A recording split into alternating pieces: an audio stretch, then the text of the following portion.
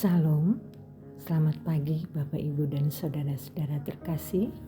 Selamat berjumpa kembali dalam Sapaan dan Renungan GKI Salatiga, Jumat 6 Desember 2024 bersama saya Penatua Yuli Siloe. Apa kabar saudara? Penuh sukacita dan harapan yang baru ya. Baik, sebelum kita memulai aktivitas hari ini dan merenungkan firman Tuhan, mari kita bersatu di dalam doa. Selamat pagi Bapa, Bapa yang penuh kasih, yang bertata di dalam kerajaan surga yang mulia.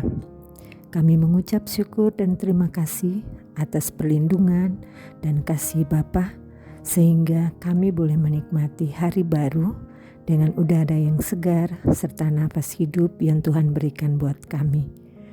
Kami rindu untuk membaca dan mendengar akan firman-Mu serta merenungkan firman Tuhan yang dapat menguatkan kami dan menuntun kami hari lepas hari. Terima kasih Bapa, berfirmanlah kepada kami siap mendengarkannya. Dalam nama Tuhan Yesus Kristus firman yang hidup, kami berdoa. Amin. Saudara-saudara, firman Tuhan yang akan menuntun kita diambil dari kitab Mazmur 138 ayat yang ketiga.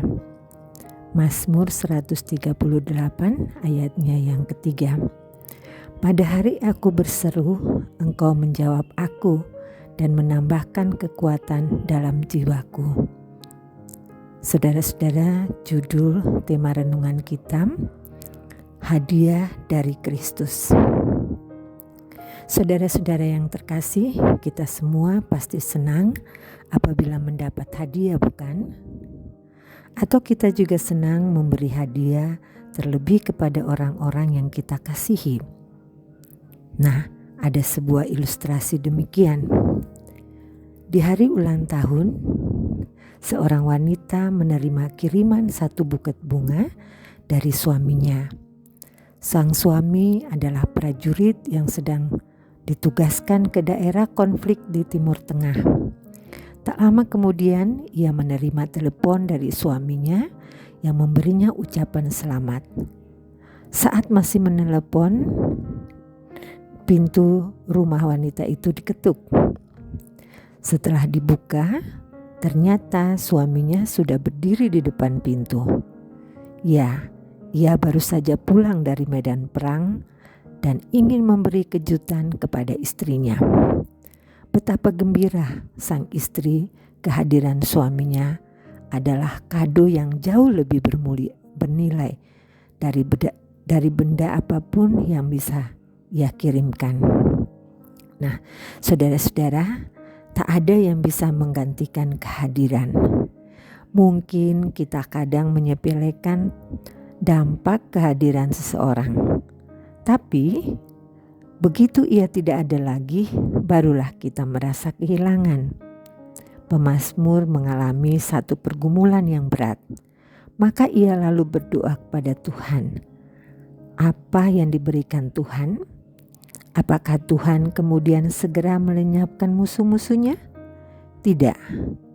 Tuhan memberikan kekuatan di dalam diri pemazmur. Pemazmur bisa merasakannya karena ia merasakan kehadiran kuasa Tuhan di dalam dirinya. Kekuatan hadirat Tuhan itulah yang membuatnya bisa bangkit dan mengatasi segala pergumulannya.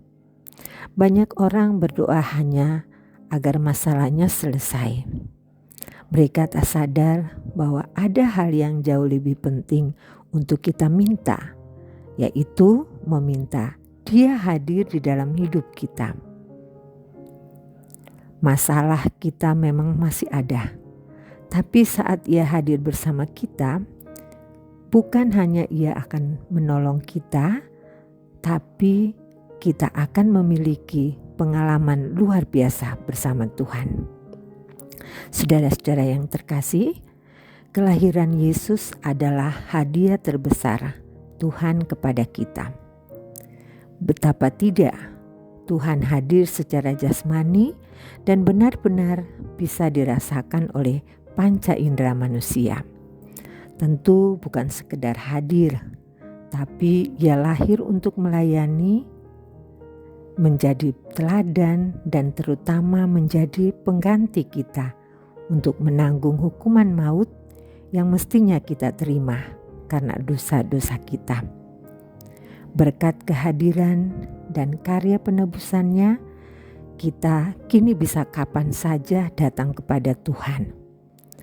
Melalui Roh Kudus yang tinggal di dalam diri orang percaya, kita bisa kapan saja merasakan kehadirannya. Saat kita berdoa, menyembah Tuhan, membaca dan merenungkan firman, mengikuti kehendak-Nya, kini kita merasakan kehadiran Tuhan. Saudara-saudara, kehadiran-Nya adalah hadiah terbesar Tuhan kepada kita. Saudara-saudara yang terkasih, kita semua pasti